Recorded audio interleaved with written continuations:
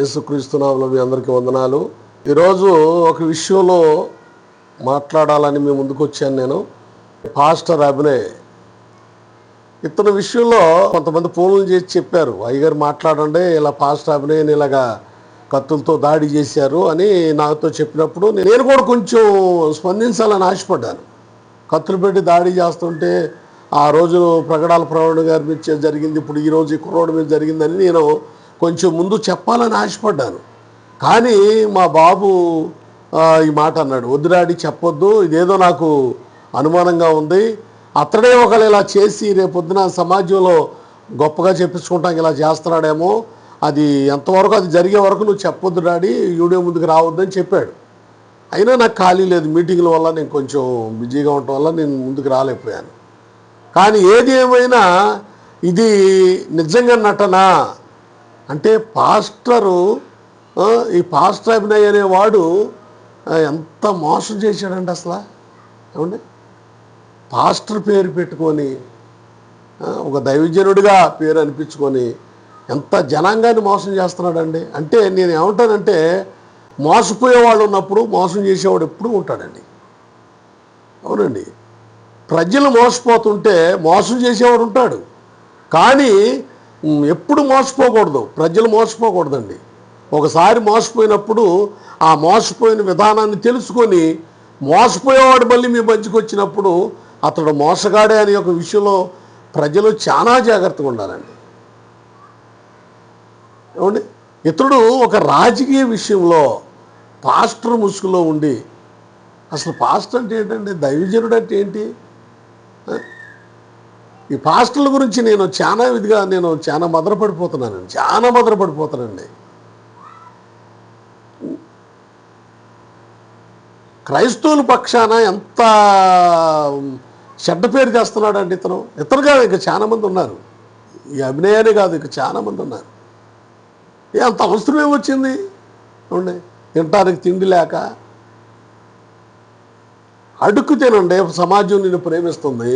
దేవుడి పేరు చెప్పుకొని మోసం చేయొద్దు, దేవుడి పేరు చెప్పుకొని దండుకోవద్దు, అమాయకులైన ప్రజలను మోసం చేయొద్దు. మీరు చెప్పే మాటలు వాళ్ళు మోసపోతున్నారు. నేను అదే అంటున్నాను, మీరు మోసపోతూనే ఉంటే వాళ్ళు మోసం చేస్తూనే ఉంటారు. వాడు పాస్టర్ అయినా బాబాయ్ అయినా ఎవడైనా సరే మోసం చేస్తూనే ఉంటాడు. ధనం సంపాదించుకుంటానికి ఇది అంత అవసరం అంటారా? అవునండి, అభినయే కాదండి, ఇక చాలామంది ఉన్నారంట, నాకు చెప్తున్నారు ఆ మాటలు. అవును, ఇది ఎంత అవమానం చెప్పండి, ఇది ఎంత అవమానం. జాగ్రత్త, ఇటువంటి వాళ్ళు ఉంటారు, చాలా జాగ్రత్త. ఈ అభినయ్ అనేవాడు పాస్టర్ని అంటానికి కూడా నాకు నోరు రావట్లేదండి. పాస్టర్ అంటానికి కూడా నాకు నోరు రావట్లేదు. సహోదరులుగా ఉన్న మన జీవితాల్లో వీళ్ళు పెద్ద మళ్ళీ వెళ్తాంట కారు మీద వాళ్ళు వెళ్తాంట శ్రీరామ్ అనుకుంటూ వెళ్ళిపోయారంట. మాట్లాడలేదండి, వాళ్ళు మాట్లాడిన మాట జై శ్రీరామ్ అనే మాట ఒకటే వాడారు కొడుతున్నప్పుడు. మా ఊరు వచ్చి మత మార్పిడి చేస్తాగారా అని వాడు కాళ్ళు పట్టుకొని లాగి శ్రీరామ్ అనుకుంటూ వెళ్ళారంట. అంటే ఎంత గొడవలు పెట్టని చూస్తున్నాడు ఈ పాస్టర్ అనేవాడు. పాస్టర్ అంటే మనసు రావట్లేదండి. ఈ అభినయ్ అనేవాడు అన్యజన సహోదరులకు క్రైస్తవులకు ఎంత గొడవ పెట్టానికండి ఇది. ఇప్పుడు ఆ నటనని తెలిసింది, పోలీసులు బయట పెట్టారు, అది నటనని బయట పెట్టారు. ఏమండి, తెలియకపోతే ఏమవుతుంది? వాళ్ళు హిందూ సహోదరులు ఇలాగా క్రైస్తవుల మీద దాడి చేస్తున్నారు అనేది నిజమవుతుంది కదా. మత మార్పిడి చేస్తానికి వచ్చావా అని వాడు కాళ్ళు పట్టుకొని, కత్తులు పెట్టి నరికేవాడు కాళ్ళు పట్టుకొని మత మార్పిడి చేయడానికి వచ్చేవారా అని వాడు వెళ్తా జై శ్రీరామ్ అనుకుంటూ వెళ్ళారంట. ఎంత నటనండి. అంటే అసలు నేను అన్నాననేది పాస్టరే నాయుడు, అసలు పాస్టరేనా? చాలా వేదన కలుగుతుందండి. అంటే ఎంత రాజకీయం కోసం జనంలో గొప్ప పేరు తెచ్చుకోవటం కోసం, ఆ ఓట్లు వేయించుకొని రేపొద్దున గెలవటం కోసం ఎంత మోసం చేశాడండి. అంటే దేవుడు హిందూ సహోదరులు కూడా అడ్డం పెట్టుకున్నాడు అక్కడ. అయితే మా సహోదరుల మధ్య గొడవలు పెట్టే స్థితిలో కూడా చేశాడు అక్కడ. ఇది మరుగైపోతే ఎంత గొడవలు అయిపోయాయి. ఇతనికి సపోర్టివ్ పలికిన వాళ్ళు కూడా నేను విన్నాను, ఇతర పక్షాన్ని మాట్లాడిన వాళ్ళు కూడా నేను విన్నాను. ఇతరదంతా నటన అని చెప్పేవాళ్ళు కూడా నేను ముందే వాళ్ళ మాటలు కూడా విన్నాను. మోసం చేసేవాడు, మోసపోయేవాళ్ళు ఉంటే మోసం చేసేవాడు పుడతనే ఉంటాడు. దయచేసి జ్ఞాపకం చేసుకోండి దేవుని పిల్లారా, ప్రజలారా, ఎవరైనా సరే, ఈ భూమి మీద ఉన్న ప్రజలు ఎంతమంది అయినా సరే తెలుసుకోవాలి. ఏమండి, ఒక ఆడపిల్లని మోసం చేయటం, ఆడపిల్ల శరీర సంబంధ విషయంలో మోసం చేసేవారు లేరంటారా? క్రమంతో ఈ మధ్యకాలంలోనే మాట్లాడే నేను ఒక పాస్టర్ గురించి. ఏమండి, ధనం కోసం మోసం చేసేవాళ్ళు లేరా? ఆస్తి కోసం మోసం చేసేవాళ్ళు లేరా? ఆస్తి కోసం తల్లిదండ్రులు చంపేవాళ్ళు లేరు, ఆస్తి కోసం తమ్ముడు చంపేవాడు లేడు, ఆస్తి కోసం అన్నను చంపేవాడు లేడు, ఆస్తి కోసం కుటుంబం అంతా నాశనం చేసుకునేవాళ్ళు లేడండి. మోసం మోసం మోసం మోసం. ఈ అభినయాలంటోడు చూసారా ఎంత పోలీసు వాళ్ళు, మరి వాళ్ళు ఎలాగా అవన్నీ బయటికి లాగారో. కానీ ఈ విషయం తెలిసిన తర్వాత నాకు అసలు ఇంకా ఇటువంటి వాళ్ళు ఉన్నారా అని చాలా ఇదవుతుంది, బాధపడ్డాను. తర్వాత ఇంకొక ఆయన ఉన్నాడు, రాధా మనోహర్. ఆయన నేను చాలా గౌరవించానండి ఆయన్ని. ఈ క్రైస్తవ విగ్రహంలో దేవుడు లేడు అన్నప్పుడు ఆ మాటలు నేను తీసుకొని ఈ రాధా మనోహర్ విషయంలో చాలా మాట్లాడాను. మా క్రైస్తవ బిడ్డల కోసం నేను మాట్లాడాను. మనం అలా ఉండకూడదు, మనకి విగ్రహాలు ఉండకూడదు, మనకి శిలువ అనే విగ్రహం ఉండకూడదు, మరియమ్మ అనే విగ్రహం ఉండకూడదు. అవి ఉండబట్టే తోటి అలా మాట్లాడాడు, అది మనకు అవమానం అని నా సహోదరుల నిమిత్తమై అతని విషయంలో నేను మాట్లాడాను. చూడండి ఎలా మాట్లాడుతున్నాడని.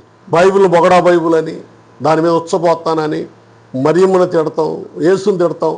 బైబిల్ పనికిమాల పుస్తకం, పెంట పుస్తకం, నీకు పేరు పెట్ట. అవునే, ఇతను కూడా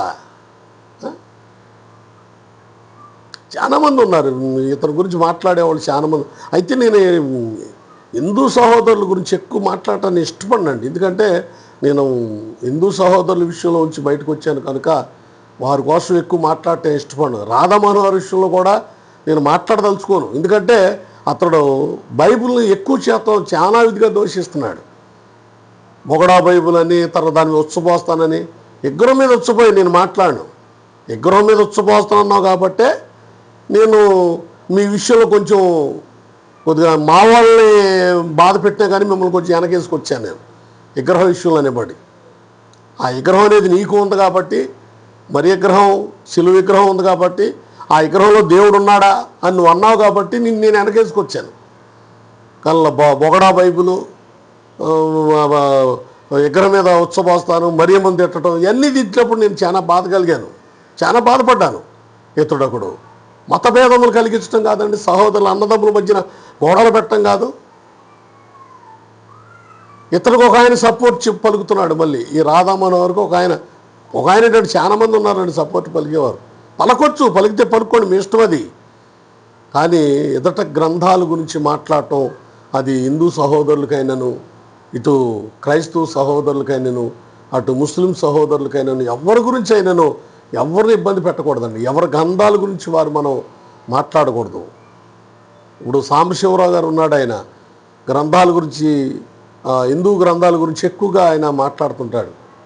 నేను అవన్నీ వింటాను. ఆయన ఒకసారి ఏమంటాడంటే, మా గ్రంథం గురించి వాళ్ళు మాట్లాడుతున్నారు కాబట్టి నేను వాళ్ళ గ్రంథాల గురించి మాట్లాడుతున్నాను అని చెప్తాడు ఆ సాంబశివరావు. ఏమండి, ఇవన్నీ ఒక సబ్జెక్టుగా నేనేమో అందరూ కలిసి ఉండాలనే ఆశ. మోసపోవద్దు. ఇది ఇతర పాస్టర్ అభినయ గురించి, ఇటు రాధా మనోహర్ దాస్ లాంటి వాళ్ళు ఏమన్నా గొడవలు పెట్టే రీతిగా, సహోదరులుగా ఉన్న మన జీవితాల్లో గొడవలు పెట్టే రీతిగా ఉండకూడదండి. ఏమండి, ఉండకూడదు. ఈ మన భారతదేశ సమాజంలో అటువంటి విధానం అందరం ఐక్యత కలిగి ఉండాలి, ప్రేమ కలిగి ఉండాలి. మోసం చేసేవాళ్ళు బాబాల్లోనూ ఉంటారు, పాస్టర్లోనూ ఉంటారు, ఏమండి అన్ని చోట్ల ఉంటారు. కానీ మోసపోయేవారుగా మీరు ఉండొద్దు, ఎవరిని నమ్మొద్దు. మోసపోయేవాడు ఉన్నాడు అన్నప్పుడు వాడు కిరీలను బట్టి మీరు ఎరిగి తప్పించుకోండి. పదే పదే మోసపోకండి. మోసపరిచే పాస్టర్ల ద్వారా మోసపోవద్దు, ఏమండి మోసపరిచే బాబాల ద్వారా మోసపోవద్దు. నా విషయం అదే, నేను చెప్పేది కూడా అదే. సత్యాన్నిగా గ్రహించండి. మీ భక్తిని మీరు కాపాడుకోండి, మీ విశ్వాసాన్ని మీరు కాపాడుకోండి, ఏమండి ఒక్కసారి అర్థం చేసుకోండి. మనం హాస్పిటల్కి వెళ్తాం, హాస్పిటల్ స్టేట్మెంట్ మనకి ఏమిస్తారు, ఏ కులం అని మనకి ఇస్తారు వాళ్ళు. ఆపరేషన్ చేసే డాక్టర్ ఏ కులానికి సంబంధించి ఆపరేషన్ చేస్తాడు? అసలు ఆ పేషెంట్కి రక్తం అవసరం, ఏ కుల రక్తం అని ఎక్కిస్తారు? లేదే, అక్కడ మతభేదం లేదే, అక్కడ ఐక్యతతోనే అక్కడ ఆ పని జరుగుతుంది ఒక పేషెంట్ మీద. ఎందుకు నేను ఈ మాట చెప్తున్నంటే, దేవుని పిల్లారా, ఈ అభినయ లాంటి వాడు, ఈ రాధామోహన్ లాంటి వాళ్ళు ఈ సహోదరు యొక్క ఐక్యతలో గొడవలు పెట్టడానికి చాలా భయంకరంగా అండి, చాలా భయంకరంగా, ఏమండి ఇటువంటి రాధామోహన్ లాంటి వాళ్ళు, ఇటువంటి పాస్టర్లో ఉన్నంత కాలం వీళ్ళు మోసం చేస్తూనే ఉంటారు. మోసపోయే ప్రజలుగా మీరు ఉండొద్దని ఒక సేవకుడిగా నేను రెండు చేతులు జోడించి చెప్తున్నాను.